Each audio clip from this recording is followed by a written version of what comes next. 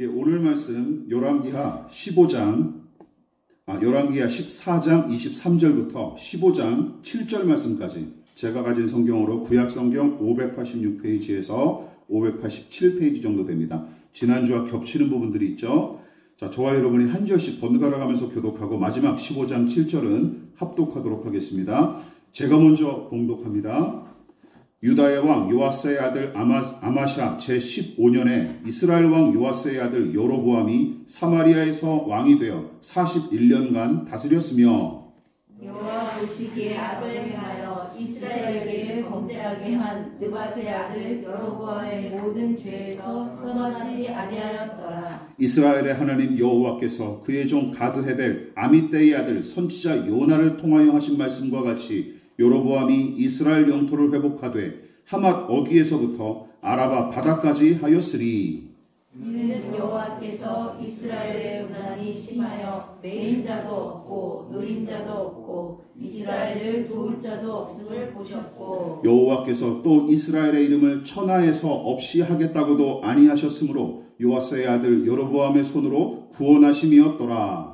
여로보암의 남은 사적과 모든 행한 일과 쌓은 업적과 다메섹을 회복한 일과 이전에 유다에 속하였던 하맛을 이스라엘에 돌린 일은 이스라엘 왕 역대지략에 기록되지 아니하였느냐. 여로보암이 그의 조상 이스라엘 왕들과 함께 자고 그의 아들 스가랴가 대신하여 왕이 되니라.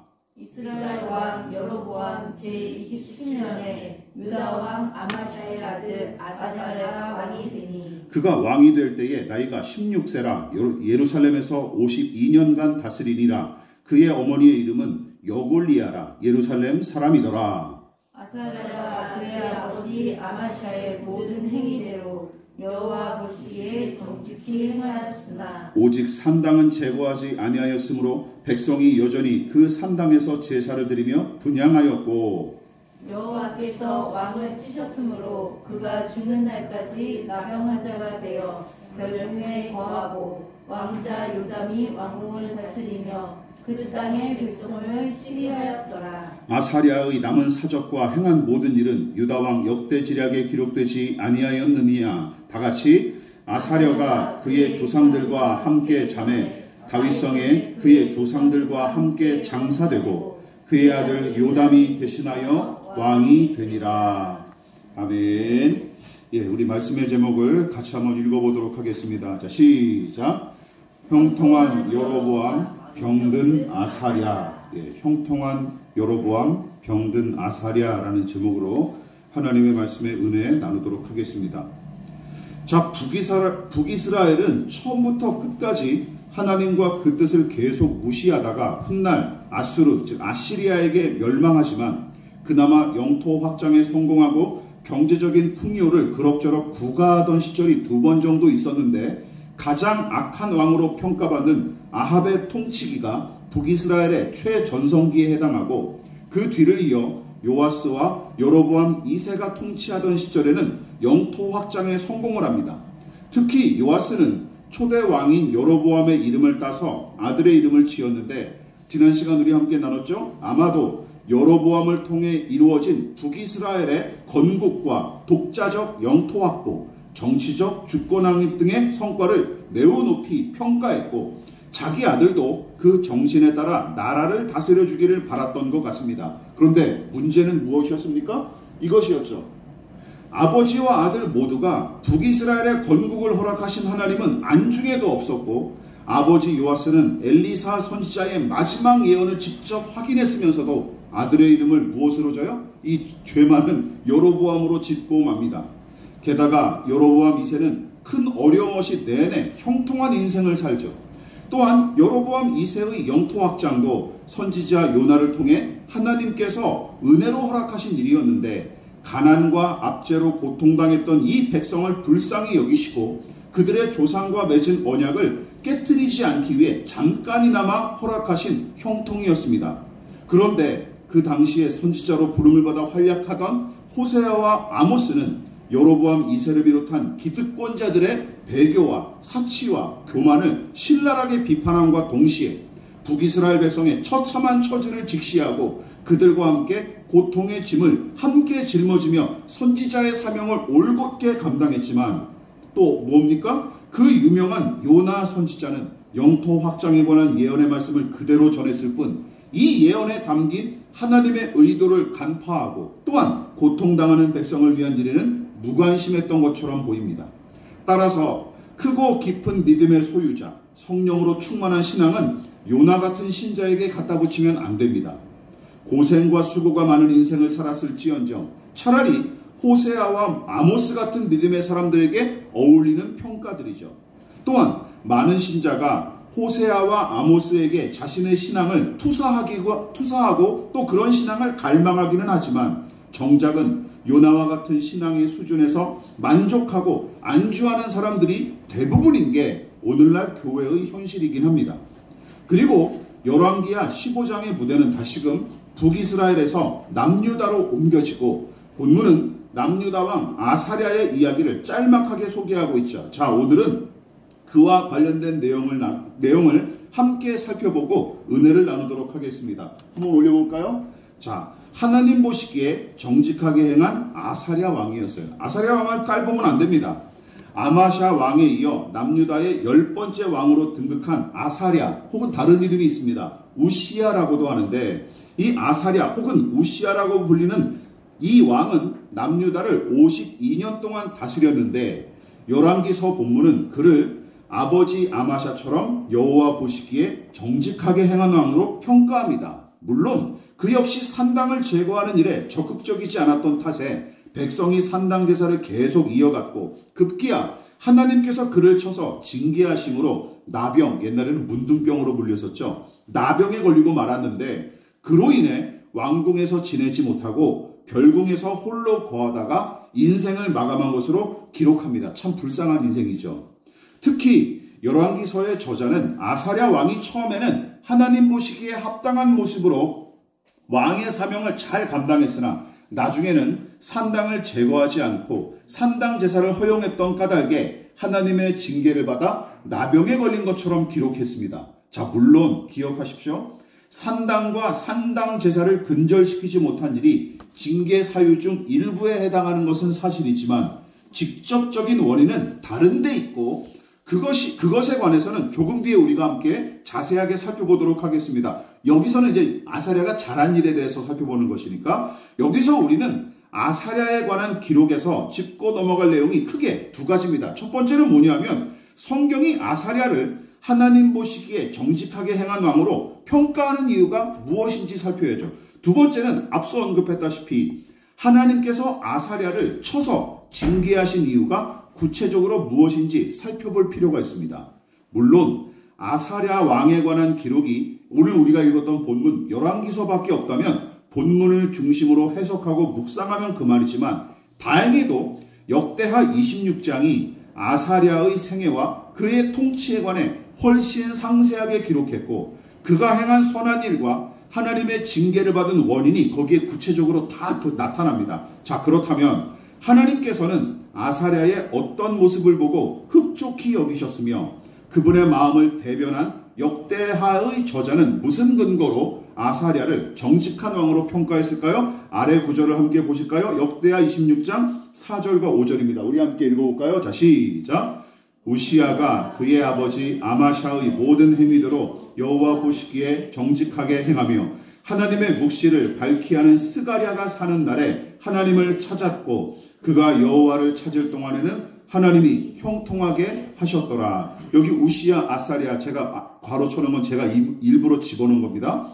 본문에 언급된 이 정직이라는 것은 사전적 의미대로 거짓 없이 마음이 바르고 고든 상태라는 사전적 의미로 사용된 게 아닙니다.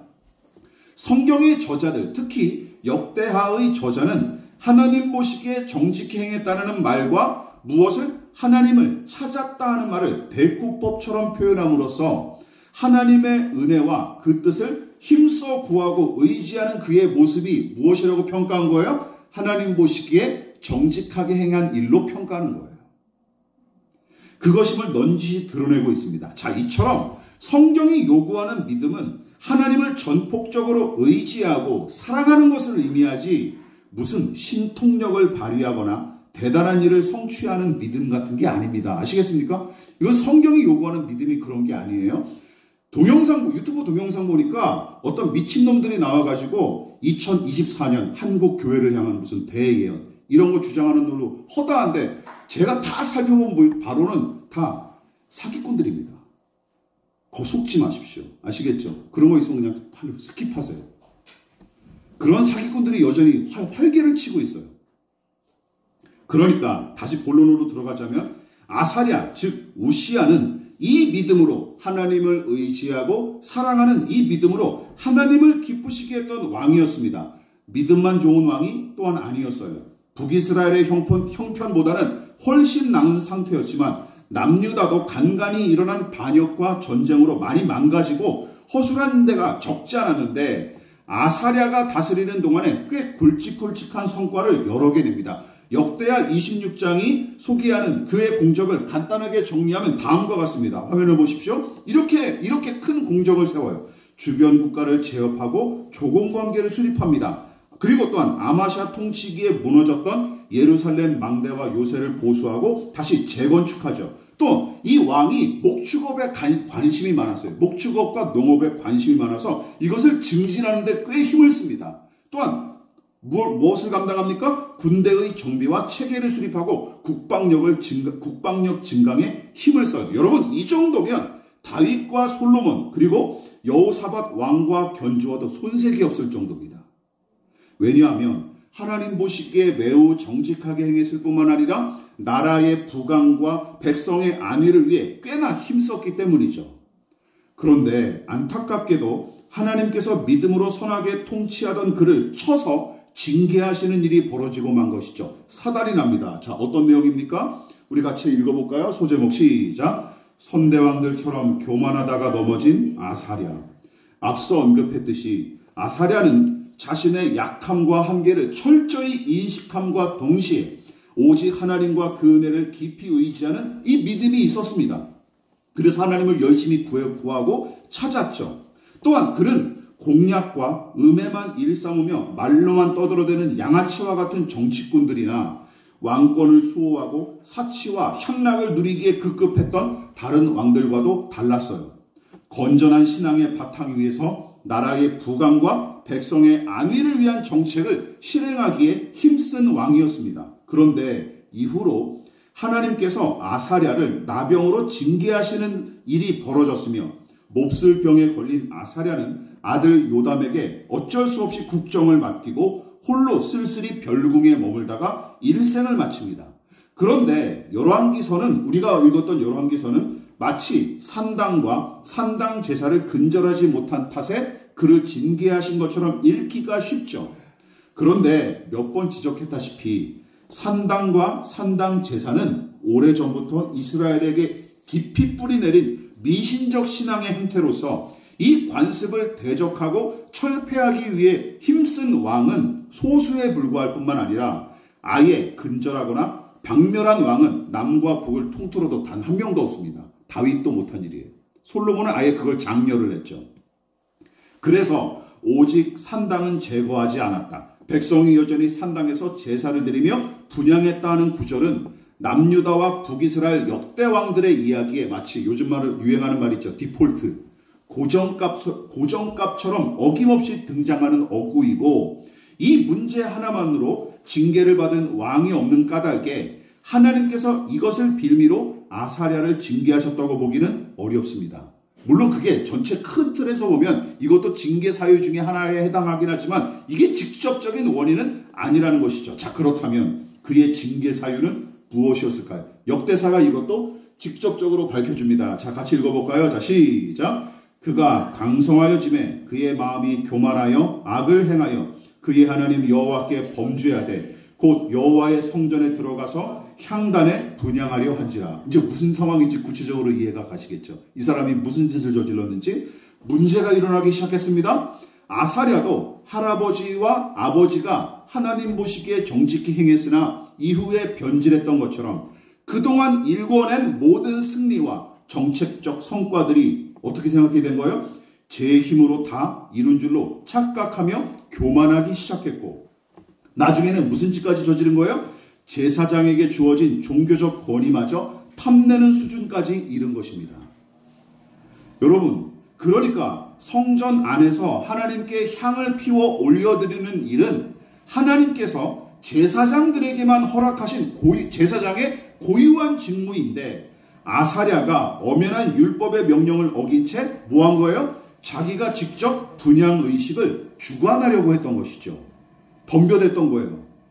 그러자 그와 이름이 같았던 아사랴 대제사장이라는 사람이 있었습니다. 아사랴 대제사장이 80여 명의 제사장들을 몰고 와서 왕을 뜯어말립니다. 그리고 왕의 행동이 불법임을 엄중히 경고하면서 더는 손대지 마십시오 라고 간청했지만 왕이 들었을까요? 안 들었을까요? 안 듣죠. 예. 왕은 들은 채도 안 하고 분향의식을 주지하려다가 화를 당합니다. 자, 어떤 화를 당합니까? 같이 읽어볼게요. 시작. 우시야가 손으로 향로를 잡고 분향하려 하다가 화를 내니 그가 제사장에게 화를 낼 때에 여호와의 전 안 향단 곁 제사장들 앞에서 그의 이마에 나병이 생긴지라. 대제사장 아사랴와 모든 제사장이 왕의 이마에 나병이 생겼음을 보고 성전에서 급히 쫓아내고 여호와께서 치심으로 왕도 속히 나가니라. 바로 오늘 열왕기서 본문의 확장판이죠. 확장판. 그야말로 잠언의 경고가 딱 들어맞는 상황입니다. 뭐죠? 잠언 16장 18절 많이 들어보셨죠? 교만은 패망의 선봉이요 거만한 마음은 넘어짐의 앞잡이이니라. 이 말이 딱 어울리는 이야기가 펼쳐졌어요. 여러분, 아사랴의 할아버지인 요아스 왕이 여호야다 제사장 사후에 급속도로 변질하기 시작했고, 나중에는 하나님의 경고를 전한 여호야다의 아들 스가랴마저 돌로 쳐 죽이는 일을 저질렀다가 어떻게 됩니까? 반감을 가진 신하들에게 죽임당한 일을 떠올려 보십시오. 그리고 오늘 아사랴의 아버지인 아마샤도 마찬가지였습니다. 부왕인 요아스를 암살한 당사자들을 율법에 따라 징계했을 뿐 그 일가와 친족에게 죄를 묻지 않고 긍휼을 베풀었던 아마샤도 독단적으로 결정했던 에돔과의 전쟁을 승리하고 난 뒤부터는 어떻게 변질합니까? 하나님의 뜻을 전하는 자의 충언도 무시하고 눈에 뵈는 게 없는 사람처럼 마구 덤볐다가 그의 아버지 요아스처럼 반란을 일으킨 무리에게 죽임당하고 예루살렘 성벽 일부가 북이스라엘의 요아스 왕에게 파괴가 되죠. 자, 우리는 이 맥락에서 다음과 같은 교훈을 함께 묵상할 필요가 있습니다. 자, 어떤 내용인지 함께 읽어보도록 하겠습니다. 시작. 교만으로 말미암은 탐욕, 또다시 가려진 눈과 귀. 무엇보다 안타까운 일은 이 패턴이 아사랴의 생애에서도 고스란히 이어졌다는 사실입니다. 이런 행태가 3대에 걸쳐 반복되는 것이 참 씁쓸할 따름입니다. 이것이 한때 한국교회에 유행했던 가문의 저주이고 그 저주를 끊어내지 못해서 이런 비극이 반복된 것일까요? 엉뚱한 생각하지 마십시오. 저주받아서 그런 게 아니라 자기가 택한 일이에요. 자기가 선택한 일.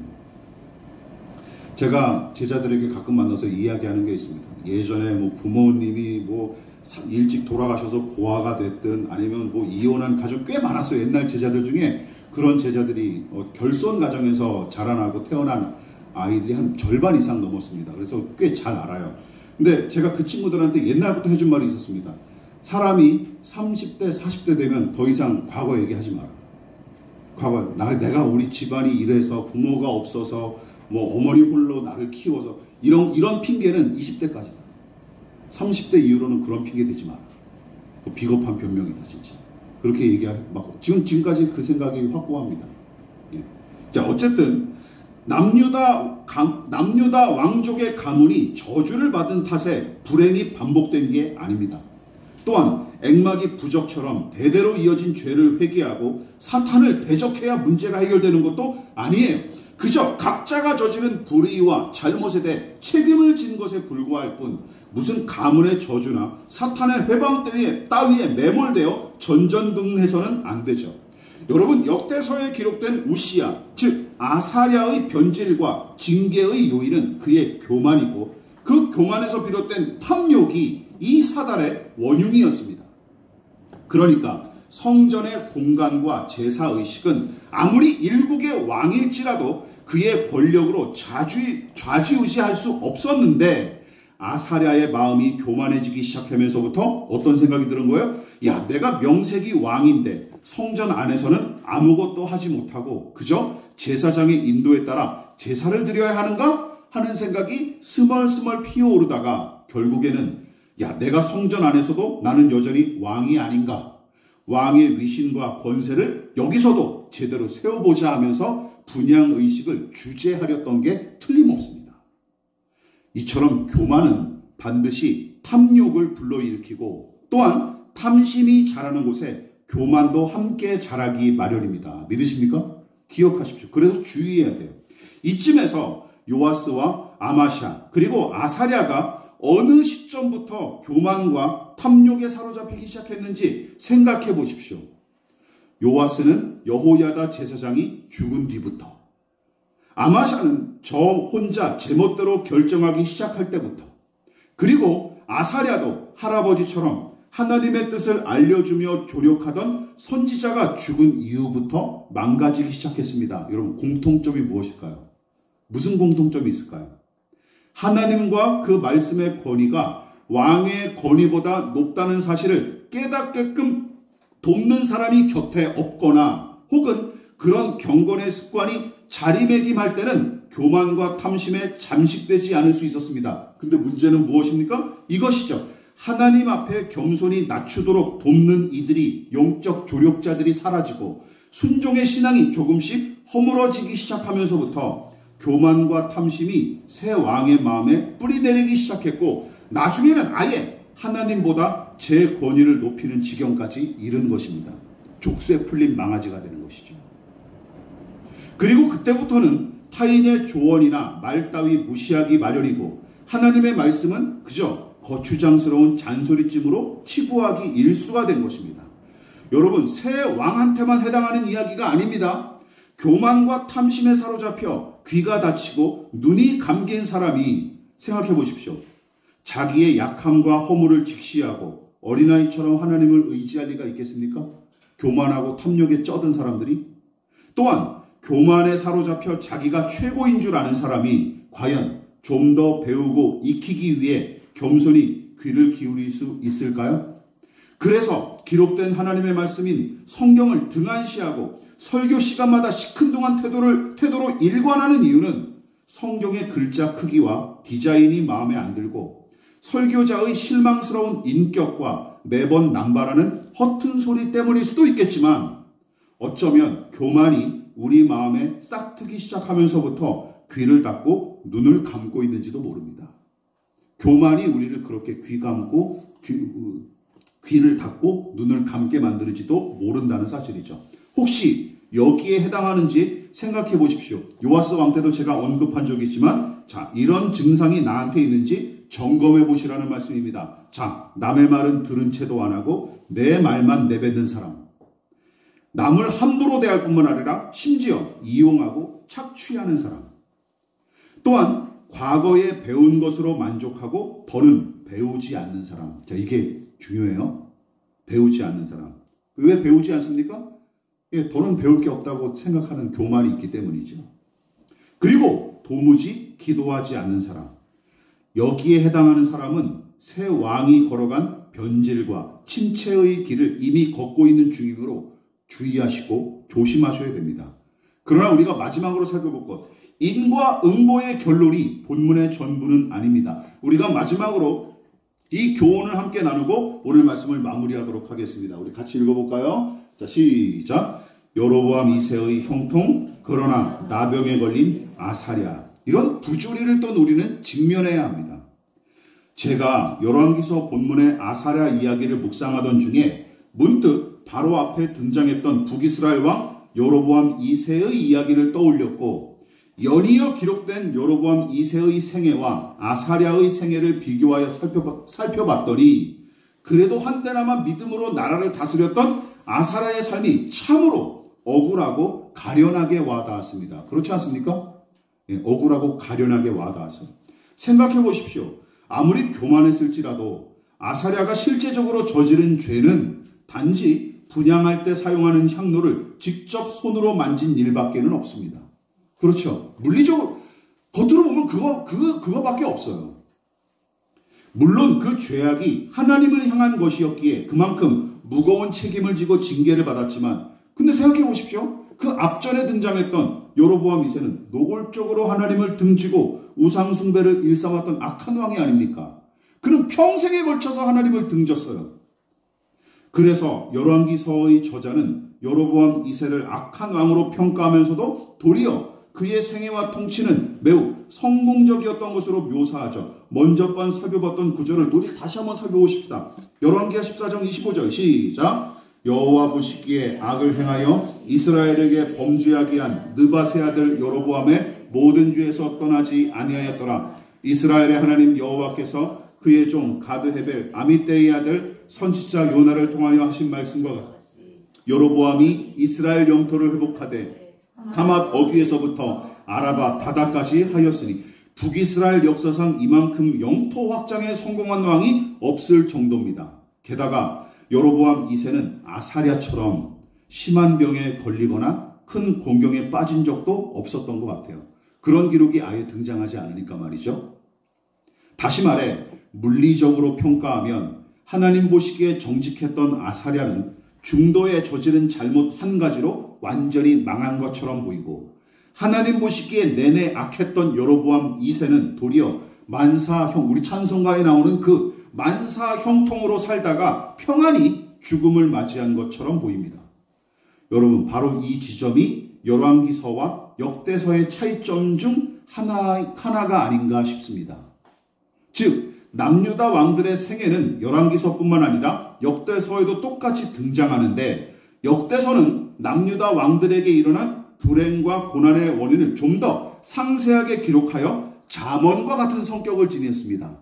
잠언과 같은 성격을 지닌 역사서이고, 열왕기서는 그 내용 자체가 매우 단순하고 간단할 뿐만 아니라 악한 왕과 선한 왕의 삶이 물리적으로 별다른 차이가 없는 것처럼 묘사하는 까닭에 어떤 성격을 하냐면 전도서와 같은 성격을 지닌 것 같아요.